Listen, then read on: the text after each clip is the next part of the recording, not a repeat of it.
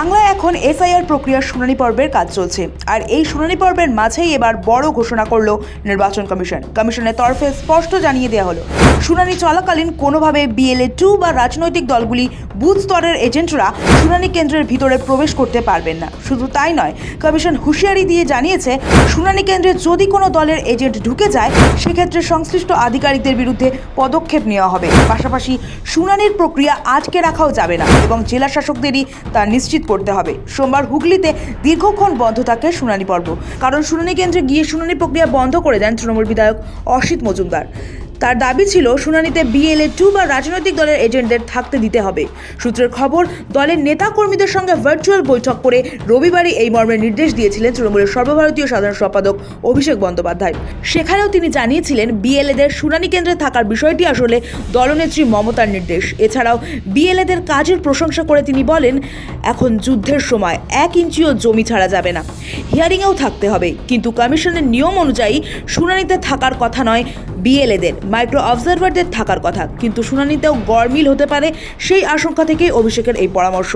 আর তারপরে এই তৎপরতা দেখান তৃণমূল বিধায়ক। যদিও 2 ঘন্টা শুনানি বন্ধ রাখার পর মানবিক কারণে অবস্থান তুলে নেন অসিত।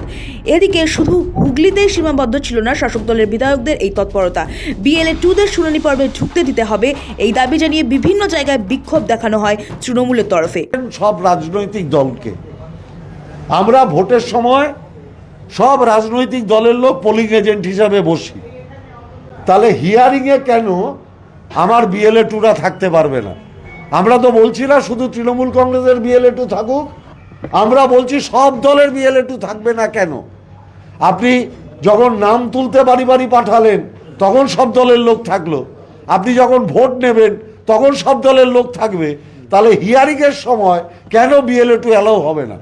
আর তৃণমূল বিধায়কদের এই অতি সক্রিয়তার পরিপ্রেক্ষিতে নড়ে চড়ে বসে নির্বাচন কমিশন। কমিশনের তরফে সমস্ত জেলা শাসকের কাছে এই মর্মে নির্দেশিকা পাঠানো হয়, যেখানে স্পষ্ট জানানো হয় কোনোভাবেই শুনানি পর্বে BLA-2দের ঢুকতে দেওয়া যাবে না।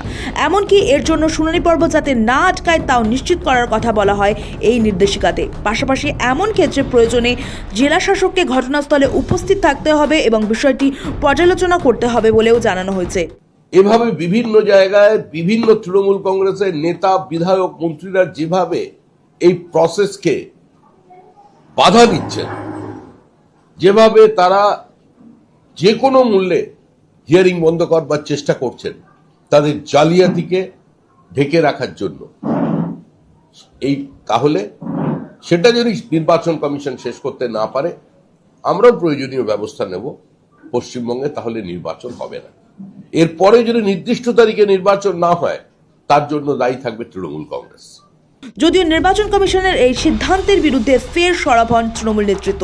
সোমবারই কলকাতায় মুখ্য নির্বাচন দপ্তর অর্থাৎ CEO দ্বারস্থ হন তৃণমূলের 5 সদস্যের প্রতিনিধি দল। শুনানি কেন্দ্রে কেন BLA-রা থাকবেন না তা নিয়ে সরব হন তারা। শফিক সান্যালের রিপোর্ট, সময় কলকাতা।